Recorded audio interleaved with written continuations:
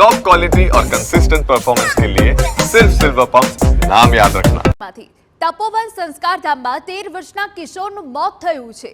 સંસ્કારધામમાં અભ્યાસ કરતા કિશોરનું શંકાસ્પદ મોત થયું। 3 વર્ષીય મૃતક કિશોર તપોધામમાં રહીને અભ્યાસ કરતો હતો। ગઈકાલે સવારે છાતીમાં દુખાવો પડ્યા બાદ હોસ્પિટલમાં ખસેડાયો।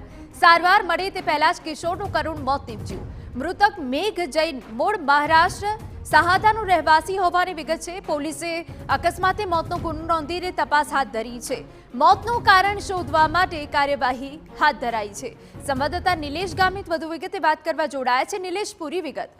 हाँ जी, જે કંઈક સમગ્ર ઘટનાક્રમ છે ગત રોજની જે કંઈક ઘટના છે એમાં ખાસ કરીને બાળક છે એનું અચાનક જે કંઈક દુખાવો થયો હતો અને શંકાસ્પદ રીતે મોત નીપજ્યું હતું, જેને પગલે પરિવારજનો જે મહારાષ્ટ્રમાં તે દોડી આવ્યા હતા અને જે કંઈક સમગ્ર ઘટનાક્રમ વિશે જે કંઈક સંચાલકો છે એમની સાથે વાતચીત કરી હતી। ત્યારબાદ સંચાલકો અને જે કંઈક પરિવારજનો છે એમની વચ્ચે ઘર્ષણ પણ થયું હતું। હાલના તબક્કે પર જે કંઈક બાળક મૃત્યુ પામ્યું છે એમાં આજે કંઈક બાળકનું શંકાસ્પદ મોત થયું છે, પરંતુ એક અકસ્માત ગુનો નોંધીને જે કંઈક પોલીસે જે તપાસ હાથ ધરી છે એમાં જે પીએમ કરવામાં આવ્યું છે, પીએમમાં જે કંઈક વિશેષ રિપોર્ટ વગેરે કરવામાં આવ્યા છે।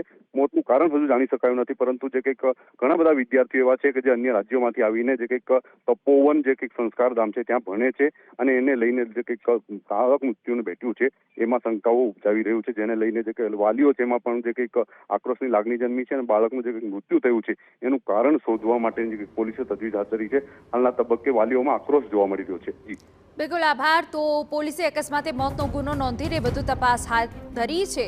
મોતનું કારણ શોધવા માટે કાર્યવાહી હાથ ધરાઈ છે।